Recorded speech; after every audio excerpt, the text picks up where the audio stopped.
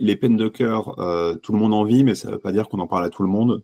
Chaque année, environ 425 000 couples se séparent en France. Confier ces peines de cœur relève pour certains d'une généralité, pour d'autres de l'exploit. Les femmes ont tendance à plus confier leurs peines de cœur, plus de 62% d'entre elles se confient et principalement à des femmes. Pour les hommes, c'est différent, 41% d'entre eux se confient. Le sociologue Victor Coutolo s'est intéressé de près aux confidences dans ces moments difficiles à travers une série d'entretiens. Mais se confier nous aide-t-il vraiment? On va dans l'interaction de confidence pour évacuer un trop-plein de pression là-dessus. De la même manière, les confidents en question, ils vont exagérément critiquer le partenaire ou l'ancien partenaire, et tout le monde sait que c'est un petit peu exagéré, mais ça aide en tous les cas à traverser la période. Donc il y a un peu à la fois donc cette ressource pratique. Les conseils, il y a, on va dire, une ressource en termes d'estime de soi qui est justement la capacité, le fait que les confidents nous aident à casser du sucre sur le dos de l'autre personne concernée. Et dans certaines situations aussi, les amis, c'est la source de ressources matérielles, c'est-à-dire qu'en particulier dans le cadre des relations où il y a une forme de dépendance économique vis-à-vis du conjoint, ou même pas forcément de dépendance, simplement le fait d'habiter ensemble. Le moment de la séparation, souvent, c'est un moment qui implique de quitter le domicile partagé. Et là-dessus, les amis, c'est éventuellement ceux qui vont déplier le clic-clac pour nous permettre de rester sur place pendant une, deux, trois semaines, le temps de trouver un autre logement derrière.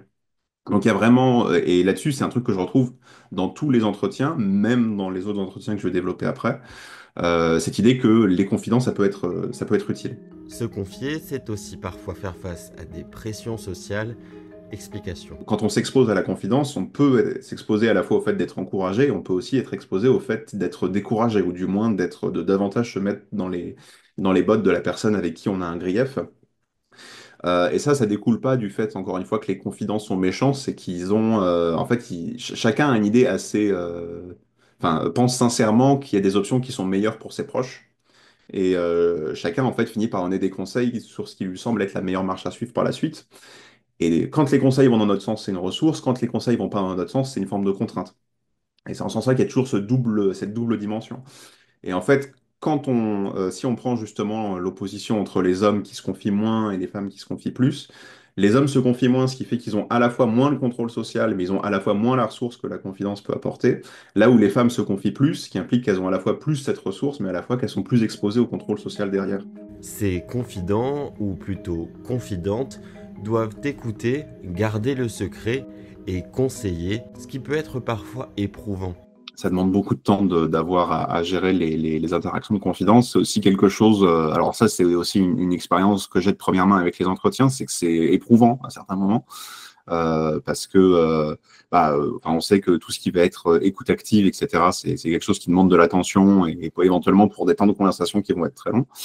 Et aussi, comme souvent dans les interactions de confidence, il faut à la fois il faut être bon conseiller ou bonne conseillère et à la fois bien encourager la personne, la rassurer sur la légitimité de ses attentes, etc.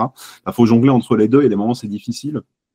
Trouver le bon équilibre entre, à certains moments, dire à la personne qu'on pense qu'elle a tort et qu'elle devrait agir différemment, et le fait de ne pas la brusquer, c'est quelque chose qui demande un mélange de tact assez savant.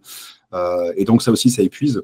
Sans oublier aussi, parler de choses comme de rupture ou de relations conflictuelles, ça implique de parler de sujets assez lourds. Et parfois le cas, ça implique d'aller prendre un verre toujours avec les amis, ça vient avec un petit coût financier. C'est pas forcément celui qu'on avance le plus dans les entretiens derrière, quoi. Alors, certes, les écarts de genre dans les confidences existent, mais ce ne sont pas les seuls. Alors moi, j'ai travaillé sur la confidence, donc nécessairement, c'est un sujet qui m'intéresse. Mais comparativement aux questions matérielles et les inégalités matérielles qui pèsent sur les relations hétérosexuelles en particulier, la phrase que j'utilise souvent, c'est de dire qu'un ami, ça peut vous déplier un clic-clac en cas de séparation, mais c'est pas quelque chose qui va vous rendre l'inégalité salariale que vous avez comparée à votre ancien conjoint parce que vous êtes arrêté de travailler pour vous occuper des enfants. Les écarts de genre dans la confidence, c'est quelque chose, mais il ne faut pas que ça donne l'impression que c'est les seuls, et en particulier qu'elles sont éventuellement plus violentes que ce qu'on peut retrouver avec les inégalités économiques, quoi.